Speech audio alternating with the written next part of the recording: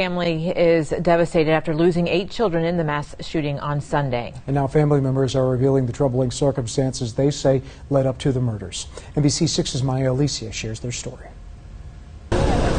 8 children gone in one morning after police say Shamar Elkins opened fire inside a West 79th Street home, killing 7 of his own children and leaving 3 others injured. Family members are sharing what they say was happening inside the home before the incident. So I know that there was some infidelity she didn't necessarily express it to me, but I do know that she came to me and she asked me about helping her properly file for divorce. And to my understanding, prior to this incident, they were scheduled to go to court on Monday, which was the next day. She says she believes this is why Elkins snapped. My cousin did express that, he was augmentative about it, so he was having arguments with her about it, but there was no physical anything that was going on, not prior to what went on Sunday. Shaniqua Elkins, who remains hospitalized after being shot 9 times, had been seeking an end to the relationship with Elkins before Sunday morning shooting. And Crystal Brown, a cousin, says he didn't respond well. For this family, the tragedy runs even deeper.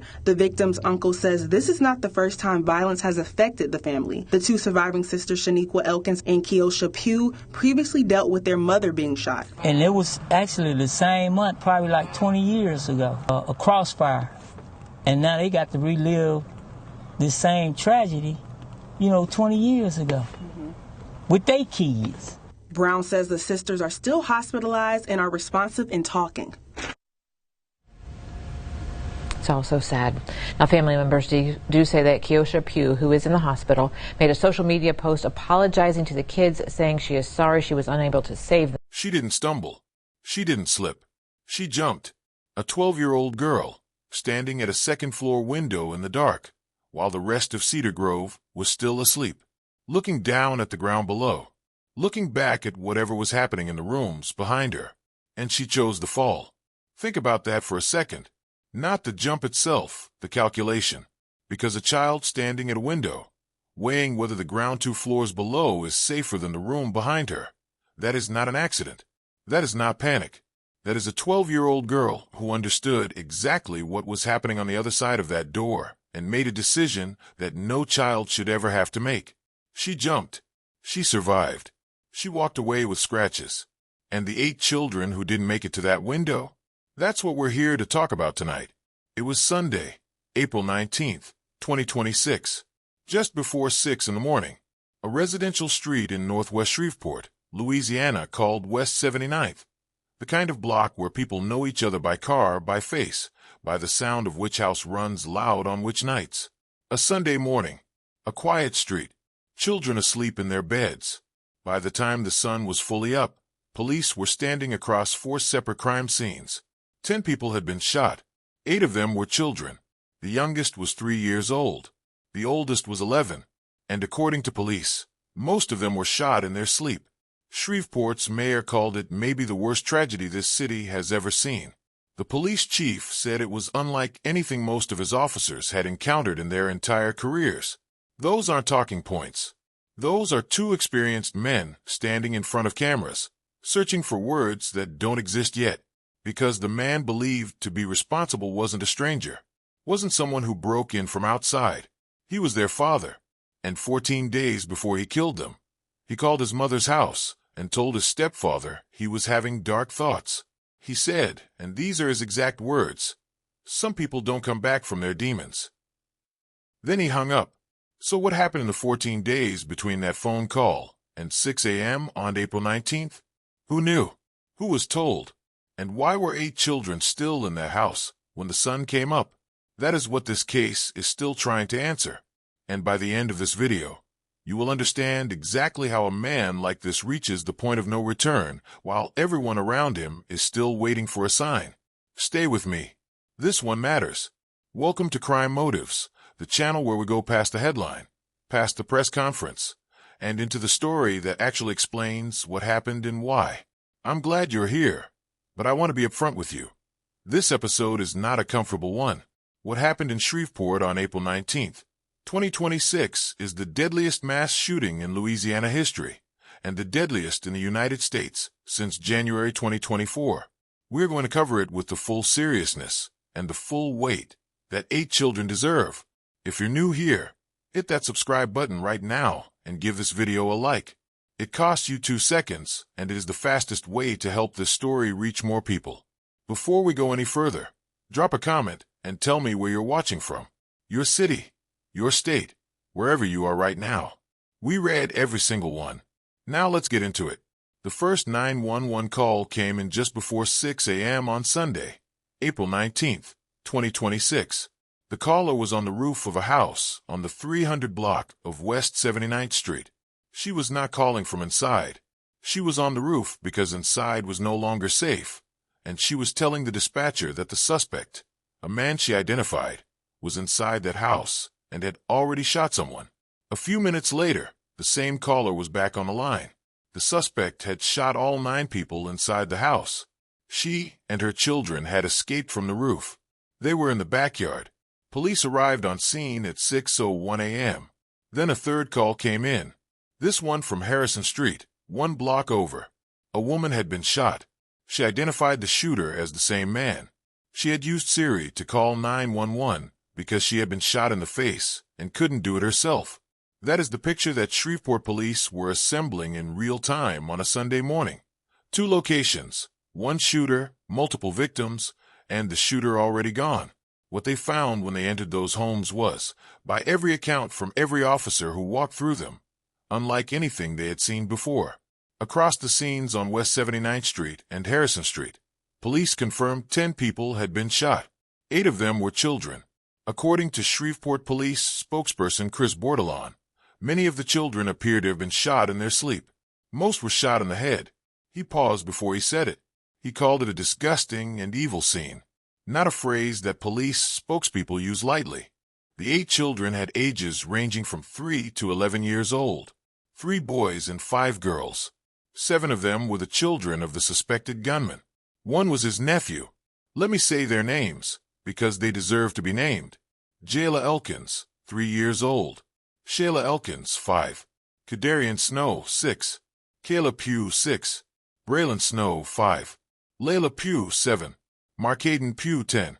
Sariahh Snow, 11. Those are not statistics.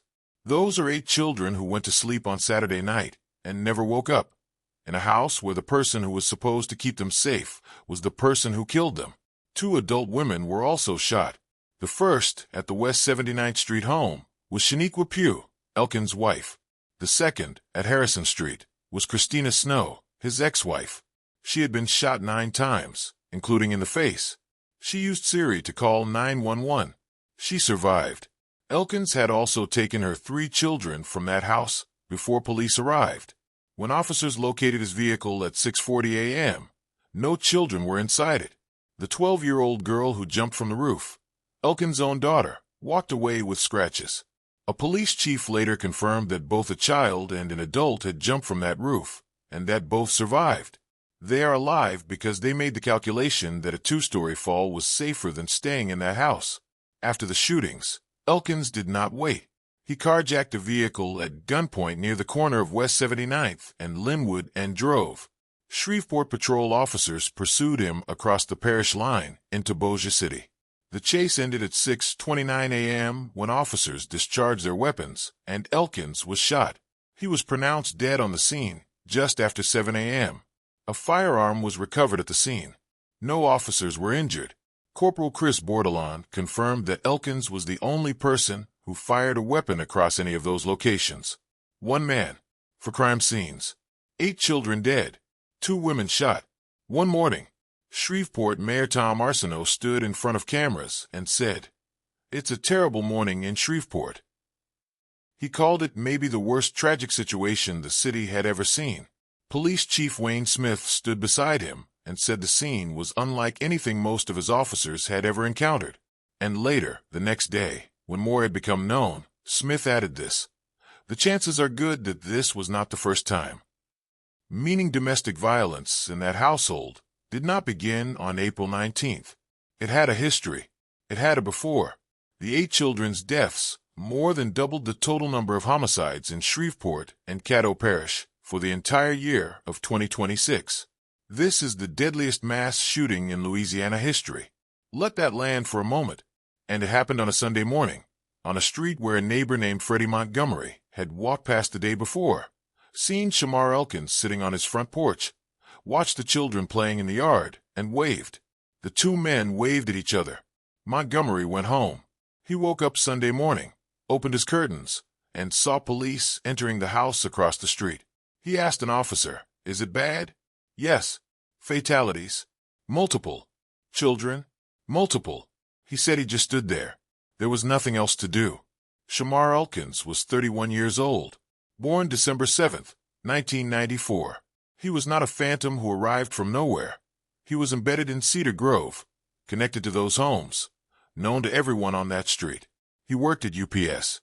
He had served in the Louisiana Army National Guard as a signal systems and fire support specialist from 2013 to 2020, 7 years. He was never deployed. He left as a private. He was, by every community account, a man people knew. A man who sat on his porch and waved at neighbors. A man whose children played in the yard on a Saturday afternoon. Not someone people crossed the street to avoid. Not someone who registered as dangerous in the way we imagine dangerous people register. But there was a before. And the before tells you something the surface never could. In 2016, Elkins was convicted of driving while intoxicated. In 2019, he was arrested on 2 charges: illegal use of weapons and carrying a firearm on school property. According to the police report from that arrest, another man in a car pulled a gun on Elkins, and Elkins fired back 5 rounds. He was convicted on the weapons charge. Under Louisiana law, a person convicted of illegal use of a weapon is banned from possessing a firearm for at least 10 years. That conviction was still in effect on April 19, 2026. Shamar Elkins was legally prohibited from owning the gun he used to kill 8 children, and yet he had one. On April 21st, 2 days after the shooting, authorities arrested 56-year-old Charles Ford, a convicted felon, in connection with the firearm used in the attack. According to a court affidavit, Ford initially denied having the gun, but later said he believed Elkins had stolen it from his truck. Ford had confronted Elkins about it. He then, according to the affidavit, let it go after Elkins became offensive. Federal ATF agents are now investigating how that weapon moved from Ford's truck into Elkins' hands. 2 men who were legally prohibited from owning guns, and one of them used one to kill 8 children. Now let's talk about what was happening inside Elkins in the weeks and months before April 19th. Because the picture that has emerged from family members, from records, and from the people closest to him is not the picture of a man who snapped without warning. It is the picture of a man who was in visible, documented distress, and who slipped through every net that should have caught him. In February 2026, 2 months before the shooting, Elkins attempted to kill himself. After that attempt, he checked into a Veterans Affairs hospital for a mental health evaluation and stayed for a week and a half before being released. His brother-in-law, Troy Brown, who lived in the same house, said that when Elkins came home from the hospital, he seemed better. Brown said he kept trying to engage him. "Let's sit outside. Let's play dominoes. Let's play cards. Let's go for a walk." Brown asked Elkins more than once if he needed to go back to the hospital. Elkins told him he was okay. "I'm just going to deal with it." Brown recalled him saying, "I wish he went ahead and got the help," Brown said. On April 5th, 14 days before the shooting, Elkins called his biological mother's house. His stepfather answered. Elkins told him he was having dark thoughts, including thoughts of suicide. Then he abruptly ended the call. His last words before hanging up were, "Some people don't come back from their demons." 14 days later, 8 children were dead. At the center of everything was the collapse of his marriage. Elkins and Shaniqua Pugh had married in 2024. They shared 4 children together. He also had 3 children with his ex-wife Christina Snow, who lived 1 block away. According to family members, Elkins and Shaniqua were in the middle of separating. They had been arguing about the divorce in the days before the shooting. They were due in court on Monday, April 20th, the day after the shooting, to sign the divorce papers. Elkins' brother told reporters that Elkins had been distraught about the marriage ending, saying to him, "Bro, I don't want to lose my wife." And according to the New York Times, citing reporting on the relationship's history, Elkins had previously told Shaniqua, before they were even married, that if she ever left him, he would kill her, their kids, and himself. She had considered leaving before. She stayed. They married, and on April 19, 2026, the day before they were due in divorce court, he followed through on what he had threatened years earlier. His brother-in-law, Troy Brown, said everything appeared calm in the house when he left for work on Saturday evening. The children were there. The house was quiet. There was no visible indication, not to Brown, not to the neighbors, not to anyone on that street, that by the following morning, those children would be dead. That is the specific and documented horror of what happened here. Not a man who gave no signals. A man who gave signals that were heard, processed, and not acted upon with the urgency they required. A suicide attempt. A VA hospitalization. A phone call about dark thoughts 2 weeks before. A direct threat made to his wife years earlier that nobody outside that relationship apparently knew about or reported. Every one of those was a thread, and not a single one stopped what happened on April 19th. If you're still with me, I need you to stay, because this next part is where the story gets most important to understand. We've covered the scene, and we've looked at who Shamar Elkins was beneath the surface. Now we need to talk about what the research tells us about men like him, and about the systems that existed to intervene and didn't. Before we go there, share this video. Not for the algorithm. Share it because these 8 children deserve to be more than a headline that fades by Tuesday. Share it with someone who doesn't understand what domestic violence actually looks like in real life, not in movies, but on a quiet street on a Sunday morning. The more people understand this pattern, the more chance someone has of recognizing it before we're standing at another press conference. And drop a comment. What time is it where you are right now? We want to know who's in this with us. Let's talk about the documented research on this specific category of violence, because the pattern in this case is not random, and it is not new. Familicide, the killing of a family by one of its own members, typically a husband or father, is one of the most studied and least publicly understood forms of homicide. The research on it spans decades and crosses countries, and its findings are remarkably consistent. Men who commit familicide almost never look conventionally dangerous beforehand. They are not, as a category, the man the whole neighborhood was afraid of. They are men who have built and maintained a controlled, stable-looking surface, who show up, who perform the role of present father and community member, while something entirely different is operating underneath. What the research finds underneath that surface is a personality that experiences the family not as a collection of individual people with their own inner lives, but as an extension of the self, the wife, the children, the home. They are the system through which this man defines his identity and maintains his sense of self. They belong to him. They reflect him. And when that system is threatened, when a partner decides to leave, when control is about to slip to someone else's hands, the internal response is not grief. It is the experience of an existential threat. In this case, Elkins had told Shaniqua directly, years before he killed their children, that if she ever left him, he would kill her, the kids, and himself. That statement is not an explosion of emotion. That is a man telling you his contingency plan. That is a man who had already, on some level, mapped the endpoint of a relationship ending on someone else's terms. And when that endpoint arrived, when the divorce papers were a day away from being signed, he executed it. The suicide attempt in February, the VA hospitalization, the April 5th call about dark thoughts. These are not unrelated events. They are waypoints on a deterioration that was visible to the people closest to him. His brother-in-law, Troy Brown, saw it. He tried to reach Elkins. Let's play dominoes. Let's go for a walk. He asked him directly if he needed to go back to the hospital. Elkins said no. Brown said after the shooting, I wish he went ahead and got the help. That statement deserves to sit for a moment, because what it tells you is that the people around Elkins were not oblivious. They were watching. They were worried. They were engaging. And they still could not get him to the point of intervention before April 19th. This is one of the most painful and most documented realities of high-risk domestic violence situations.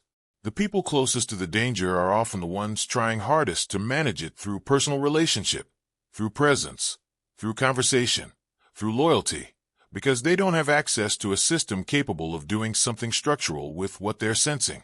They love the person. They want to help. And they are not equipped for what is actually required. The movement of the violence that morning tells you everything about the nature of what Elkins did. He began at Harrison Street, where his ex-wife Christina Snow lived, where 3 of his children also were. He shot Snow 9 times and took the 3 children. Then he drove to West 79th Street.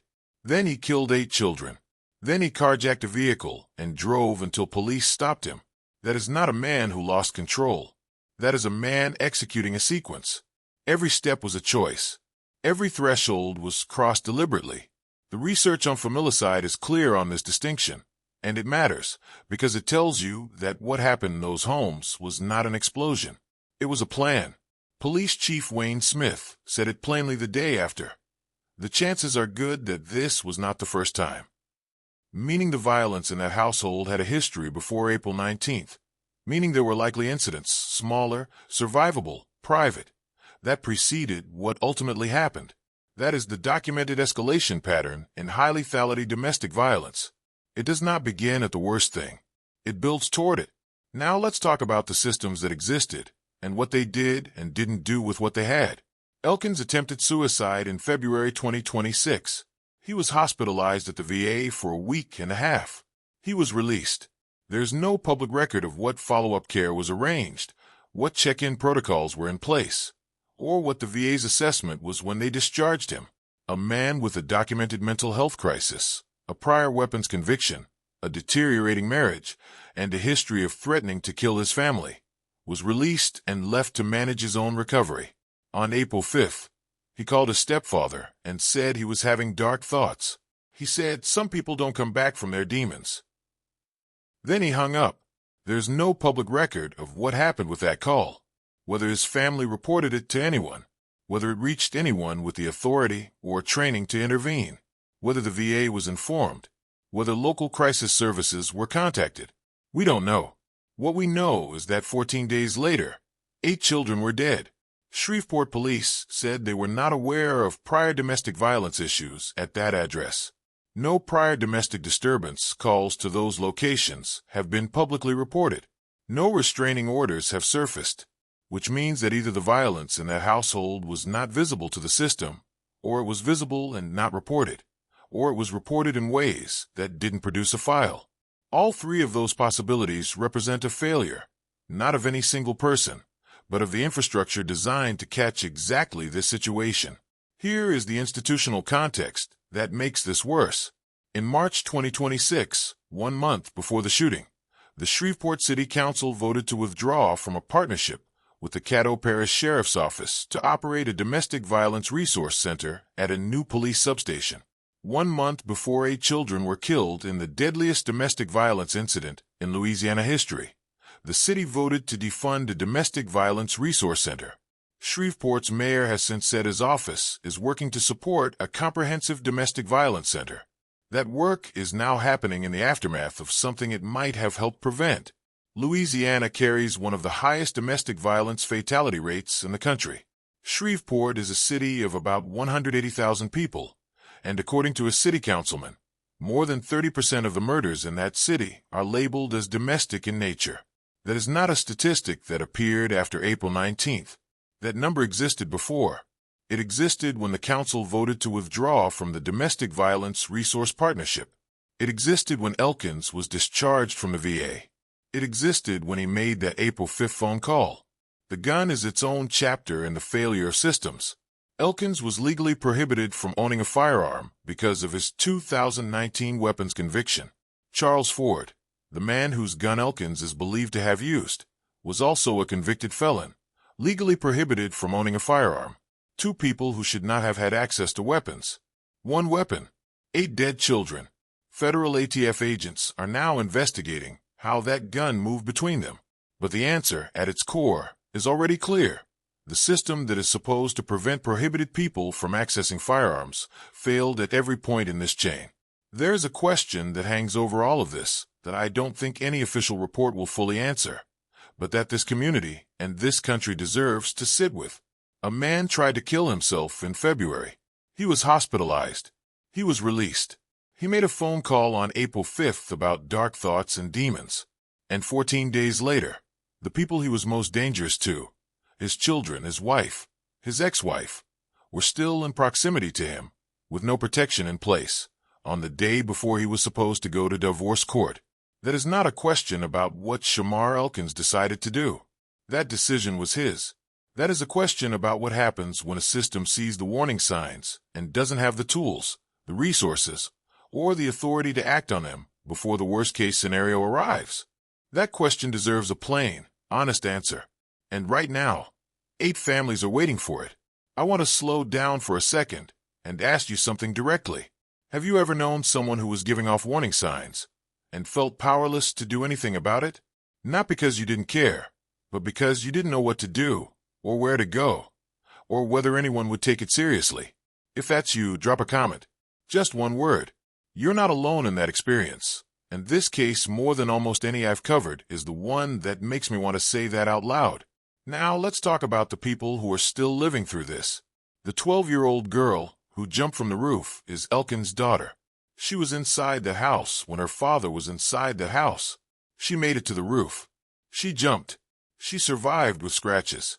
She is somewhere right now, carrying what she saw, what she heard, what she understood was happening in the rooms below her before she made that calculation.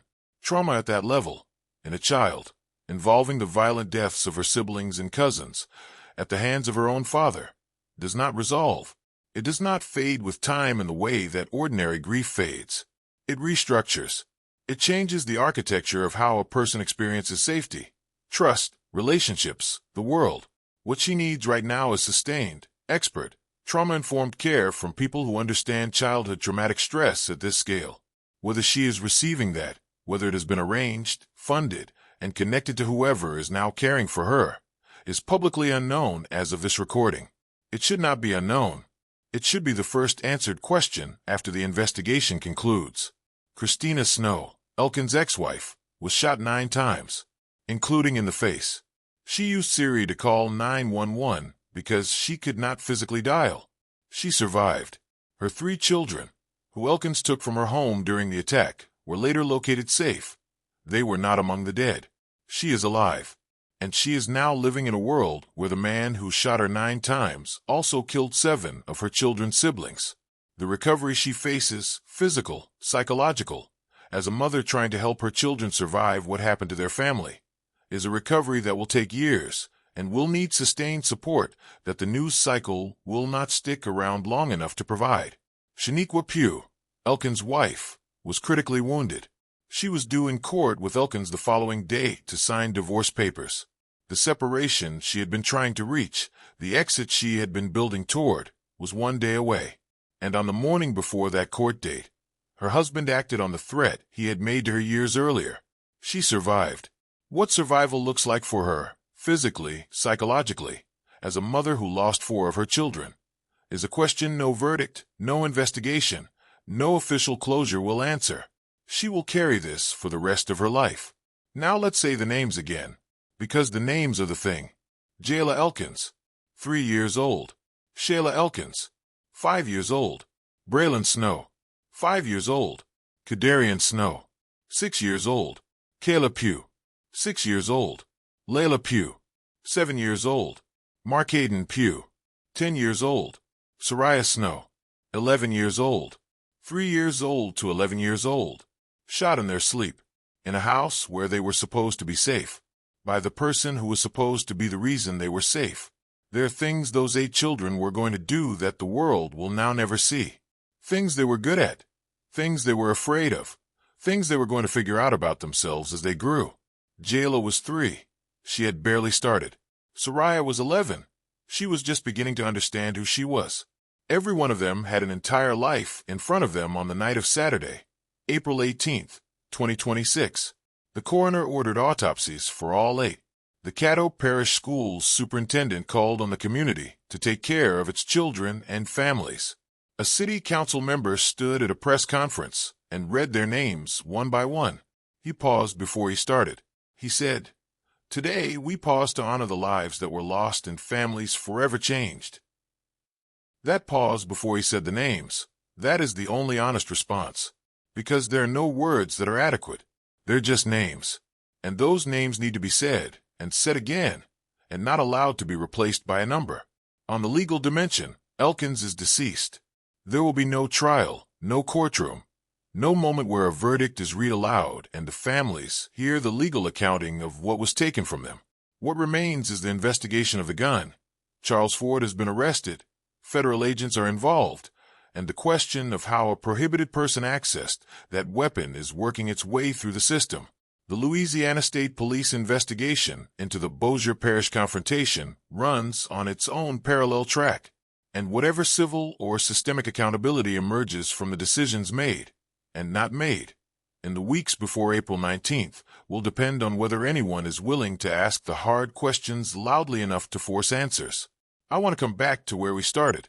A 12-year-old girl at a window, the dark, before the sun was up over Cedar Grove. Whatever she heard in the rooms below her, and the choice she made. She is alive because she jumped. Her siblings and cousins are dead because they were asleep when he came through the door. That is the difference between survival and death in this case. Who woke up in time and who didn't. And all of them, the living and the dead, were children. All of them were supposed to be safe. All of them were in the care of the person who killed them. The gap between the February suicide attempt and April 19th is where this story lives. The gap between the April 5th phone call and April 19th is where this story lives. The gap between, I don't want to lose my wife, and the morning before divorce court is where this story lives. All of those gaps had warning signs in them. Real ones. Documented ones. Ones that reached the ears of people who cared about Shamar Elkins and were trying to help him. And none of them were enough to stop what happened. That is not a story about a monster who appeared from nowhere. That is a story about a system of mental health care, of domestic violence intervention, of firearm prohibition enforcement, of crisis response, that had information and didn't convert it into protection for 8 children who needed protecting. The city of Shreveport voted to defund a domestic violence resource center 1 month before the deadliest domestic violence event in Louisiana history.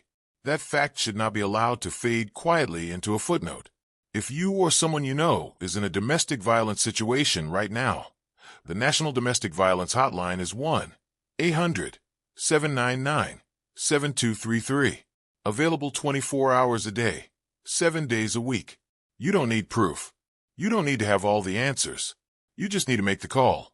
And if you are someone who is struggling, who is having dark thoughts, who feels like some people don't come back from their demons, please call or text 988, the Suicide and Crisis Lifeline, right now, before anything else. My honest read on this case, it will be investigated. Reports will be filed. Charles Ford will go through the courts. The ATF will complete their review of the gun. Officials will hold more press conferences. And the world will move on at the speed it always moves on, which in 2026 is very fast. By next week, this will be below the fold. By next month, it will be a citation in a policy paper. But for Shaniqua Pugh, recovering from a critical gunshot wound on the day she was supposed to sign divorce papers. For Christina Snow, who was shot 9 times and used Siri to call 911 and survived. For the 12-year-old girl who jumped from the roof and walked away with scratches and will spend the rest of her life knowing what she left behind in that house.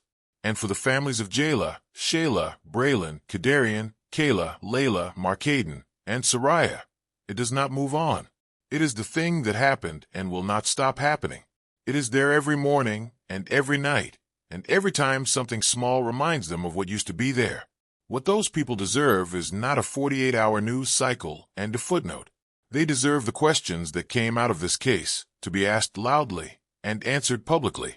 They deserve a domestic violence infrastructure in their city that is funded, resourced, and functioning. They deserve a mental health care system that does not release a suicidal man with a violent history and a threatening past back into proximity with the people he threatened, without follow-up. They deserve the 8 children to be named every time this case is referenced, because 8 lives are not a statistic. Anything less is a second failure. And in cases like this one, the second failure is always quieter than the first, which is exactly how it keeps happening. If this case stayed with you, if it made you think, if it made you want to understand something you didn't understand before, subscribe to Crime Motives and hit that like button right now. Share this video. The only thing worse than what happened in Shreveport on April 19th, 2026 is if the world decides it already moved on. Say their names: Jayla, Shayla, Braylon, Khedarrion, Kayla, Layla, Markaydon, Sariahh. 8 children. Real, specific, irreplaceable. Every single one of them deserved every year. We'll see you next time. And next time, we're going into a case where the cover-up ran deeper than the crime itself, where the people whose job it was to find the truth were the ones burying it, where the deception was so calculated and so layered that it held for years before a single thread came loose. By the time we're done, you will not look at the institutions built to protect you the same way again. You do not want to miss it.